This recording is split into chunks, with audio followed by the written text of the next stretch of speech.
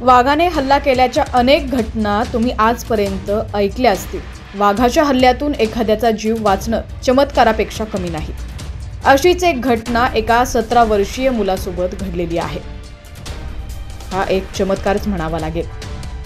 संपूर्ण बातमी पाहूयात त्याआधी तुम्ही HPN मराठी न्यूज चॅनलला सबस्क्राइब केलं नसेल तर नक्की सबस्क्राइब करा आणि बेल आयकॉनवर क्लिक करून नोटिफिकेशन्स मिळवा, जेणेकरून आमचे अपडेट्स लवकरात लवकर तुमच्यापर्यंत पोहोचतील। तर उत्तराखंडमधील एका 17 वर्षीय मुलासोबत असा चमत्कार घडलाय। रामनगर इथं राहणारा अंकित त्याच्या मित्रांसोबत शाळेतून घरी येत होता। त्यावेळी अचानक एका वाघानं त्याच्यावरती हल्ला केला। अंकितनं आपल्या मित्रांचे प्राण तर वाचवलेच, पण स्वतः वाघाच्या तावडीत सापडला।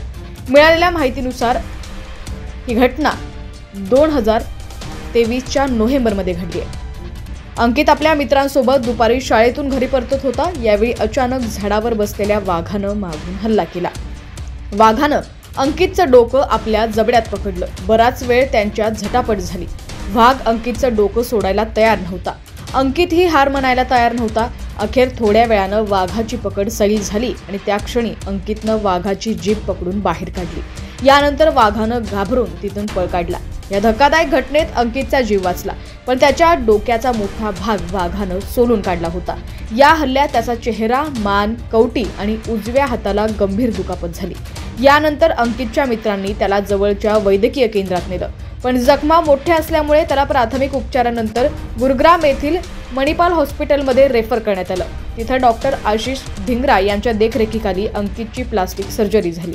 अंकितची अवस्था पाहून डॉक्टरही थक्क झाले होते। अंकितच्या डोक्याचे कातडे ओरबाडून निघाले, कवटीचे हाड बाहेर आले, उजवा कान कापला गेला, चेहऱ्यावर वाघाचे दात घुसले, उजव्या हाताचा अंगठा देखील तुटला होता।